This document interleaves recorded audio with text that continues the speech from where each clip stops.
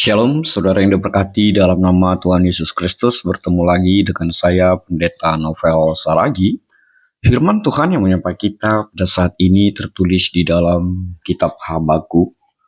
Pasalnya yang kedua, ayat yang pertama sampai ayatnya yang keempat. Dengan tema, orang benar akan hidup oleh percayanya. Namun ada baiknya kita bersatu dulu di dalam doa. Tuhan Yesus yang baik, Tuhan yang kami sembah, kami imani, kami percaya, kami muliakan dalam kehidupan kami. Satu kerinduan kami mau dengaran akan firman. Maka berfirmanlah Engkau Tuhan, sebab kami siap untuk menerima. Amin.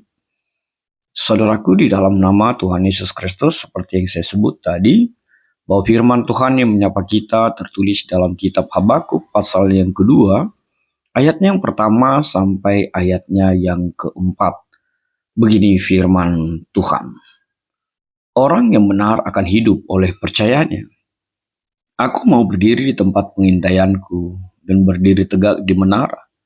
Aku mau meninjau dan menantikan apa yang akan difirmankannya kepadaku dan apa yang akan dijawabnya atas pengaduanku. Lalu Tuhan menjawab aku demikian, tuliskanlah penglihatan itu dan ukirkanlah itu pada loh-loh, supaya orang sambil lalu dapat membacanya. Sebab penglihatan itu masih menanti saatnya, tetapi ia bersegera menuju kesudahannya dengan tidak menipu. Apabila berlambat-lambat, nantikanlah itu. Sebab itu sungguh-sungguh akan datang dan tidak akan bertangguh. Sesungguhnya orang yang membusungkan dada tidak lurus hatinya, tetapi orang yang benar itu akan hidup oleh percayanya. Demikian firman Tuhan. Saudara yang diberkati dalam nama Tuhan Yesus Kristus, sahabat terbaik dalam kasih Tuhan. Benar sekali lah apa yang Tuhan firmankan, apa yang Tuhan nyatakan di dalam dialog ini kepada Habakuk, bahwa orang yang membusukkan dada tidak lurus hatinya, tetapi orang yang benar itu akan hidup oleh percayanya.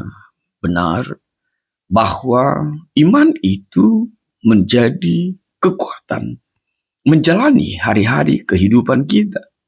Bahkan iman itu menjadi segala sesuatunya di dalam kehidupan orang benar.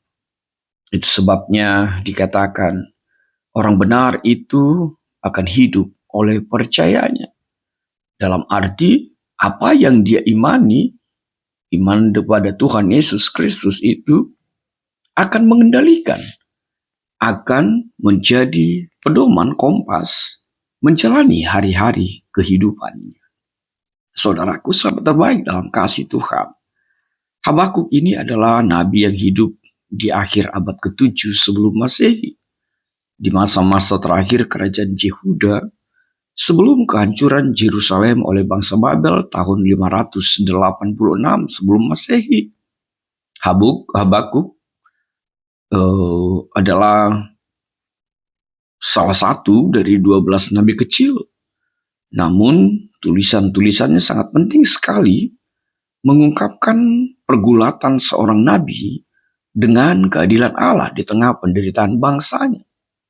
Seperti Habakuk menulis kitabnya di masa pemerintahan Yoyakim ini tahun 609 hingga 598 sebelum Masehi, seorang raja Yehuda yang terkenal jahat, di mana situasi di Yehuda saat itu penuh dengan kekerasan, ketidakadilan, bahkan penyembahan berhala di sana sini, membuat Habakuk bertanya-tanya, mengapa Allah tampaknya diam, tidak berbuat, bahkan tidak menghukum kejahatan itu.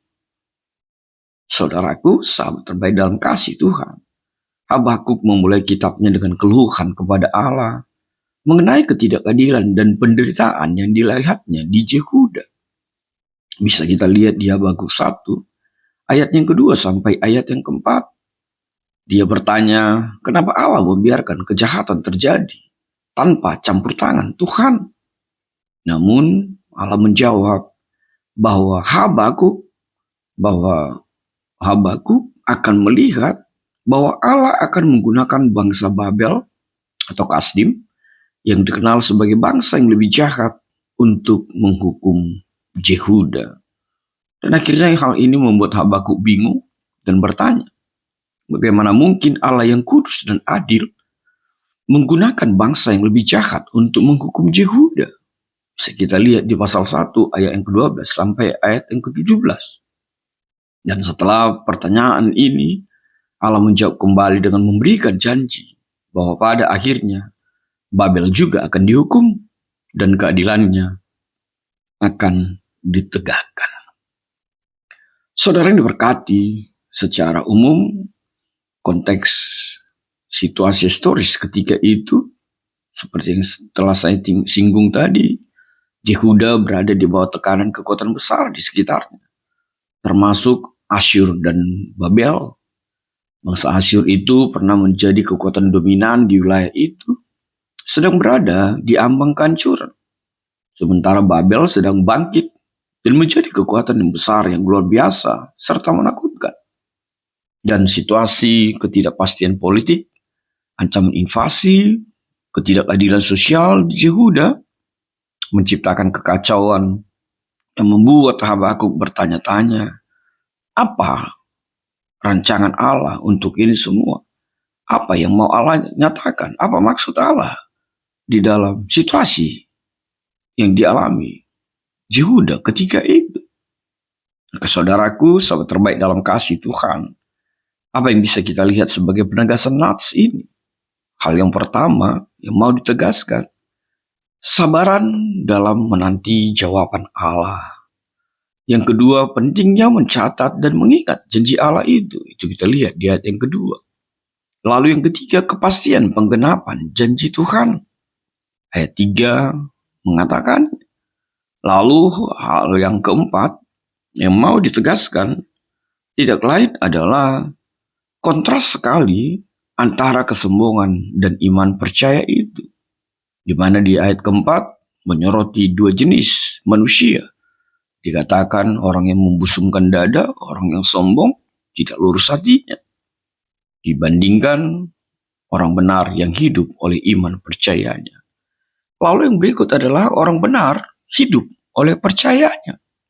Di mana di sini menjadi inti dari pesan Habakuk bahwa orang benar itu hidup oleh percayanya, bukan hidup oleh karena perbuatan dan kekuatannya. Maka saudaraku dalam kasih Tuhan, di sini kita mendapatkan seutuhnya bahwa imanlah sebagai dasar kehidupan yang lurus, kehidupan yang diberkati di hadapan Allah. Ini menegaskan bahwa iman adalah dasar dari kehidupan yang benar. Dan orang sombong atau yang tidak percaya akan hidup dalam mendua hati, ketidakadilan, dan di dalam keberdosaan. Itu sebabnya Allah ingin bahwa setiap kita memiliki iman yang menuntun kita kepada kehidupan yang penuh pengharapan, ketekunan, dan tidak hidup di dalam kesombongan yang membawa kita kepada kehancuran.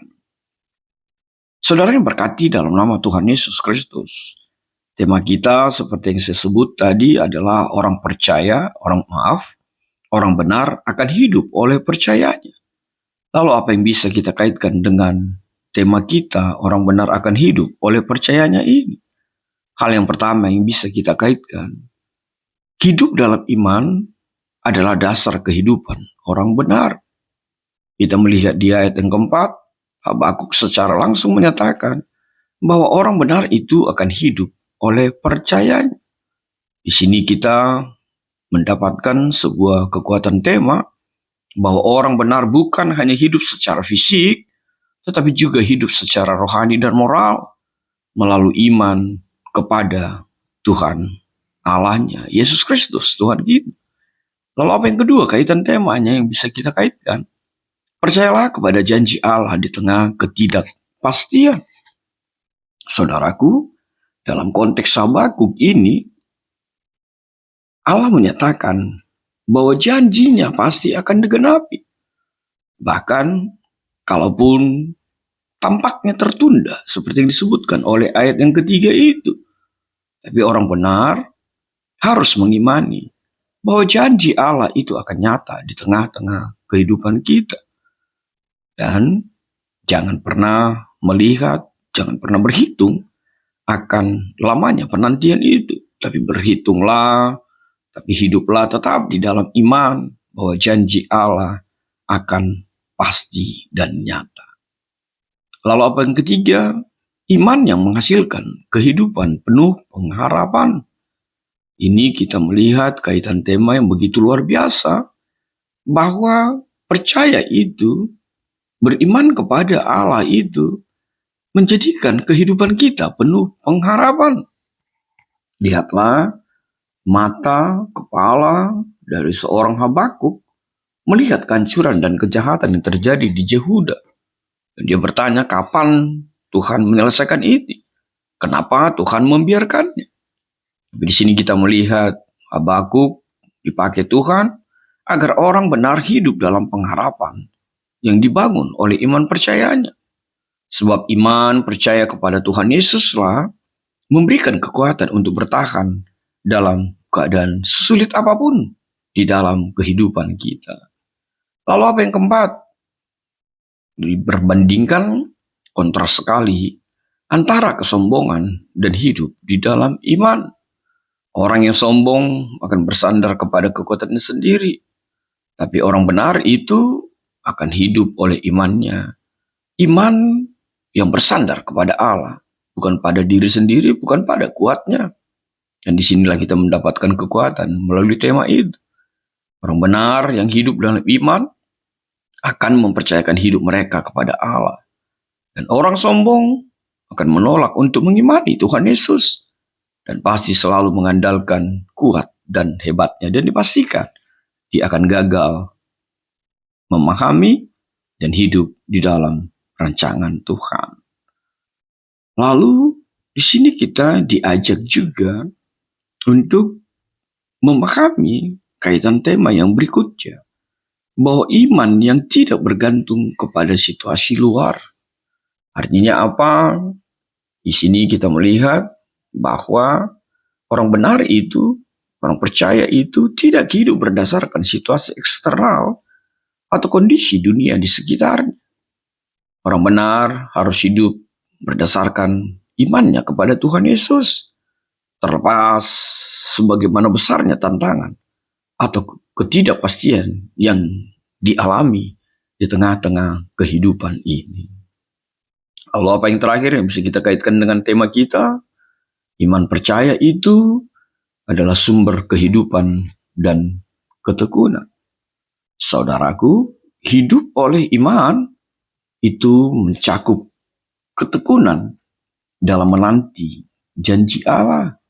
Dan di sini kita bisa mengaitkan dengan tema kita, bahwa orang benar akan hidup tidak hanya bertahan secara fisik, tetapi juga bertahan dalam kebenaran dan integritas melalui iman yang penuh ketekunan. Maka saudaraku, dalam kasih Tuhan, apa yang bisa menjadi refleksi kita, refleksi bagi kita saat ini, melalui Habakuk 2 ayat 1 sampai ayat yang keempat ini. Hal yang pertama sekali, refleksi bagi kita, belajar menunggu dengan sabar di dalam iman percaya yang seutuhnya kepada Tuhan Yesus. Sabarlah dan hiduplah dalam waktu Tuhan. Menunggulah dengan sabar, sebab waktu Tuhan itu sempurna. Waktu Tuhan itu adalah rancangan terindah di dalam kehidupan kita. Hal yang kedua, andalkanlah janji Tuhan di dalam kehidupanmu. Sebab janji Tuhan ketika dihidupi menjadi iman percaya kita, maka janji Tuhan itu akan menguasai semua perjalanan kehidupan kita.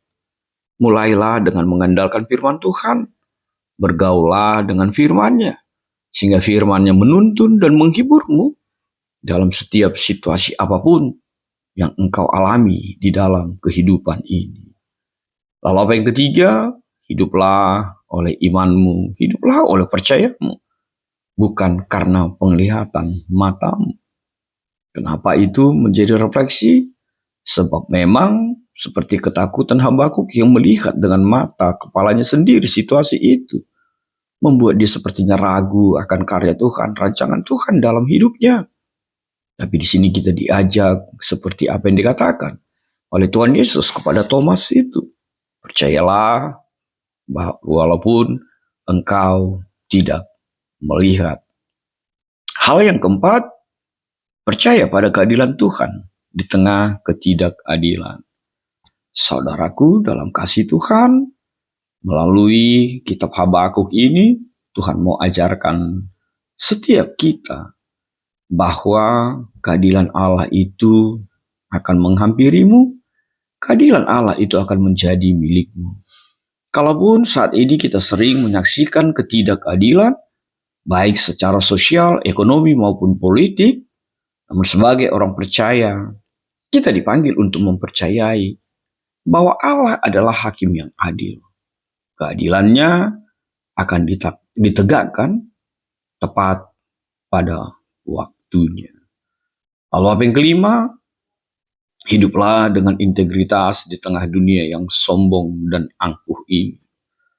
Saudaraku, di sini kita bisa berefleksi bahwa kita harus hidup sebagai pribadi yang berintegritas di tengah dunia yang sombong dengan penuh keangkuhan ini. Lihatlah, ada bagian-bagian mayoritas, ada bagian-bagian orang banyak yang seenaknya menghina minoritas.